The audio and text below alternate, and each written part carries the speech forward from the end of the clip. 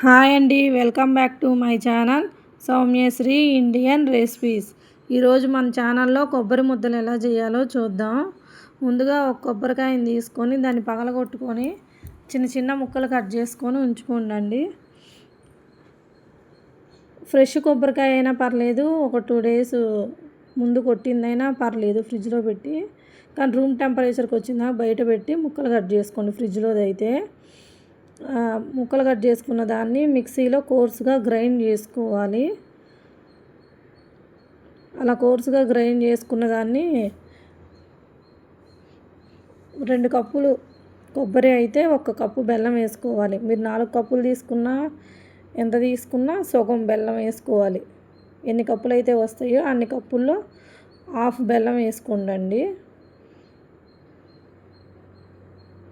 నేను ఇక్కడ 1 cup కొలిచాను, 2 cup వేస్తున్నాను కొబ్బరి. నాకైతే 2 కప్పులే వచ్చింది కొబ్బరి.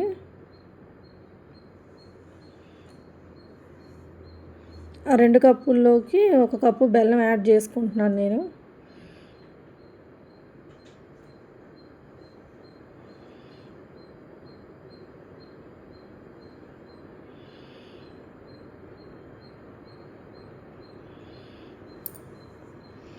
ఫ్రెష్ కొబ్బరి అయితే వాటర్ అవసరం లేదండి.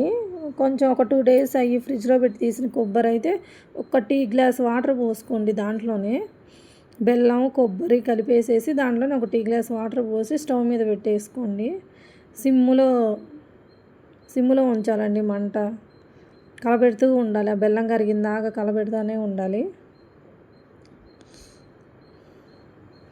బెల్లం మొత్తం కరిగి అలా వస్తుంది, కొంచెం రెడ్ షేడ్కి వస్తుంది. మధ్యలో 1 టీ స్పూను నెయ్యి వేసుకుంటూ ఉండండి. నేను ఇక్కడ నెయ్యి వేసాను కానీ అది యాడ్ చేయలేదు ఆ క్లిప్పు.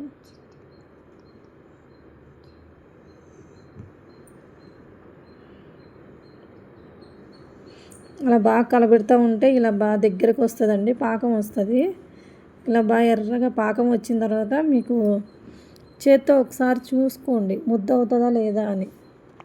నేను ఇక్కడ చూపిస్తున్నాను చూడండి, చేత్తో కొంచెం తీసుకొని ముద్ద అవుతుందా లేదా అని చెప్పి చూపిస్తున్నాను.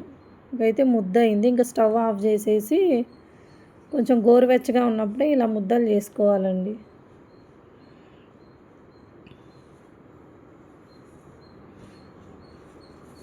స్టవ్ ఆఫ్ చేసిన తర్వాత కూడా 1 స్పూన్ నెయ్యి వేసుకోండి. అలా ముద్దలు చేసుకొని మొత్తం అన్నీ అలా సెట్ చేసేసుకోండి.